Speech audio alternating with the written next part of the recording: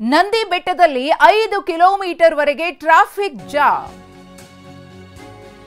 ನಂದಿ ಬೆಟ್ಟದಲ್ಲಿ ವೀಕೆಂಡ್ ಆಗಿರೋದ್ರಿಂದ 5 ಕಿಲೋಮೀಟರ್ ವರೆಗೆ ಟ್ರಾಫಿಕ್ ಜಾಮ್ ಉಂಟಾಗಿದೆ. ನಂದಿ ಬೆಟ್ಟಕ್ಕೆ ಪ್ರವಾಸಿಗರು ಹರಿದು ಬರ್ತಾ ಇದ್ದಾರೆ. ವೀಕೆಂಡ್ ಬೇರೆ ಇವತ್ತು. ಸಂಚಾರ ದಟ್ಟಣೆ ತಡೆಯದ ನಂದಿಗಿರಿ ಧಾಮ ಪೊಲೀಸರು ಚಿಕ್ಕಬಳ್ಳಾಪುರ ತಾಲೂಕಿನಲ್ಲಿರುವಂತಹ ನಂದಿಗಿರಿ ಧಾಮ ಕೃತಕ ಟ್ರಾಫಿಕ್ ಸೃಷ್ಟಿಸಿ ಮಿರ್ಜಾ ಸರ್ಕಲ್ನಿಂದ ಆಟೋ ವ್ಯವಸ್ಥೆ. ಗೂಡ್ಸ್ ಆಟೋಗಳಿಗೆ ನಂದಿ ಬೆಟ್ಟಕ್ಕೆ ತೆರಳುತ್ತಾ ಇದ್ದಾರೆ ಪ್ರವಾಸಿಗರು. ಗೂಡ್ಸ್ ಆಟೋಗಳ ಮೊರೆ ಹೋಗ್ತಿದ್ದಾರೆ.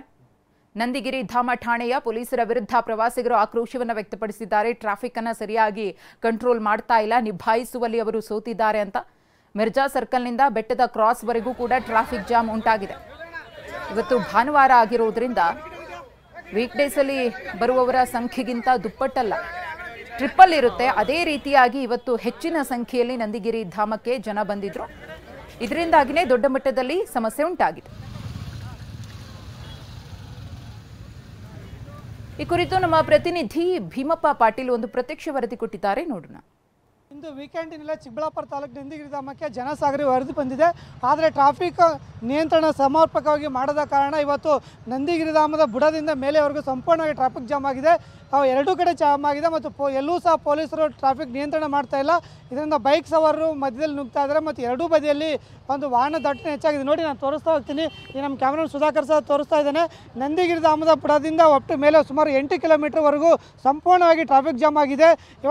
ಇವತ್ತು ವೀಕೆಂಡ್ ಇರುವ ಹಿನ್ನೆಲೆಯಲ್ಲಿ ಸಾಕಷ್ಟು ಜನ ಪ್ರವಾಸಿಗರು ನಂದಿಗಿರಿ ಧಾಮ ನೋಡಬೇಕು, ನಂದಿಗಿರಿ ಧಾಮದ ಪ್ರಕೃತಿ ಸೊಬಗನ್ನು ಸವಿಬೇಕು ಅಂತೇಳಿ ಮಕ್ಕಳು, ವೃದ್ಧರು, ಯುವಕ ಯುವತಿಯರು ಸೇರಿದಂತೆ ಪ್ರತಿಯೊಬ್ಬರು ಒಂದು ಕಾರುಗಳಲ್ಲಿ, ಬೈಕ್ಗಳಲ್ಲಿ ಆಗಮಿಸಿದ್ದಾರೆ. ಆದರೆ ಸಂಪೂರ್ಣವಾಗಿ ಟ್ರಾಫಿಕ್ ಜಾಮ್ ಆಗಿ ಈಗ ವಾಹನ ಸವಾರರು ಪರದಾಡುವಂಥ ಪರಿಸ್ಥಿತಿ ಆಗಿದೆ. ನಾನು ಈಗ ಟ್ರಾಫಿಕಲ್ಲಿ ಇರ್ತಿರ್ತಕ್ಕಂಥ ಕಾರ್ ಡ್ರೈವರ್ನ ಮಾತಾಡ್ತೀನಿ, ಅವ್ರು ಏನು ಹೇಳ್ತಾರೆ ಅಂತ ನೋಡೋಣ. ಸರ್, ಎಷ್ಟಾಯ್ತು ಬಂದರೆ ಯಾವ ರೀತಿ ಟ್ರಾಫಿಕ್ ಜಾಮ್ ಆಗಿದೆ? ಭಯಂಕರವಾಗಿ ಐತೆ traffic jam. 2 hours over, still we are waiting. ಇಲ್ಲಿ ಎಲ್ಲರೂ ಪೊಲೀಸರು ಟ್ರಾಫಿಕ್ ನಿಯಂತ್ರಣ ಮಾಡ್ತಾ ಇದ್ದಾರಾ? ಏನೂ ಇಲ್ಲ, ಎಲ್ಲರೂ ತುಂಬ ಪ್ರಾಬ್ಲಮ್ ಆಗ್ತಾ ಇದೆ.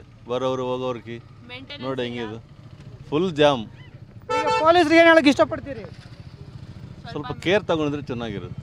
ಸ್ಟಾರ್ಟಿಂಗ್ ಇದು ವಾಹನ ಚಾಲನೆ ಮಾಡ್ತಕ್ಕಂಥವನು ವಾಹನ ಸವಾರ ಮಾತು. ನೋಡ್ತಾ ಇದ್ದೀನಿ, ಇಲ್ಲಿಂದ ಸುಮಾರು 5-6 ಕಿಲೋಮೀಟರ್ ಸಂಪೂರ್ಣವಾಗಿ ಟ್ರಾಫಿಕ್ ಜಾಮ್ ಆಗಿದೆ. ಈ ಟ್ರಾಫಿಕ್ ಜಾಮ್ ಆದ ಕಾರಣ ಎರಡೂ ಬದಿಯಲ್ಲಿ ವಾಹನ ದಟ್ಟಣೆ ಆಗಿದೆ. ಇವನ್ ಬೈಕ್ ಸವಾರರು ಸಹ ಈ ಒಂದು ರಸ್ತೆಗಳಲ್ಲಿ ಬರೋಕ್ಕಾಗ್ತಿಲ್ಲ.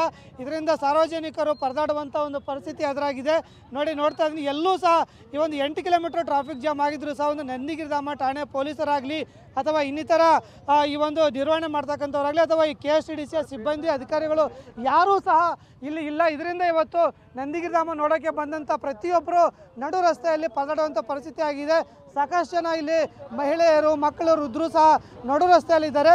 ಮತ್ತೊಂದು ಕಡೆ ಇದು ಒಂಥರ ಕೃತಕ ಟ್ರಾಫಿಕ್ ಜಾಮನ್ನು ಮಾಡಿ ಇನ್ನೊಂದು ಕಡೆಗೆ ಆಟೋ ಸಂಚಾರಕ್ಕೆ ವ್ಯವಸ್ಥೆಯನ್ನು ಮಾಡಿದ್ದಾರೆ ಅಂತ ಹೇಳ್ತೀವಿ. ಈಗ ನಾವು ಇನ್ನೊಬ್ಬ ವಾಹನ ಸವಾರಿದ್ರೆ ಅವ್ರು ಏನು ಹೇಳ್ತಾರೆ ಅಂತ ನೋಡೋಣ. ಸರ್, ಟ್ರಾಫಿಕ್ ಜಾಮ್ ಯಾವ ರೀತಿ ಆಗಿದೆ ಇಲ್ಲಿ? ಸರ್, ನಾವು ಬಂದು 4 ಅವರ್ ಆಯ್ತು. ಇಲ್ಲಿ ಫುಲ್ ಜಾಮ್ ಆಗಿದೆ. ಮಕ್ಕಳು ಎಲ್ಲ, ಲೇಡೀಸ್ ಎಲ್ಲ ಕೂತಾರೆ. ಊಟ ಮಾಡೋಕ್ಕೂ ಕಷ್ಟ, ತಿಂಡಿ ತಿನ್ನೋಕ್ಕೂ ಇದಾಗ್ಬಿಟ್ಟಿದೆ. ಇಲ್ಲಿ 2 ಅವರ್ ಅವಾಗಿಂದ ಫುಲ್ ಜಾಮ್ ಆಗ್ಬಿಟ್ಟಿದೆ.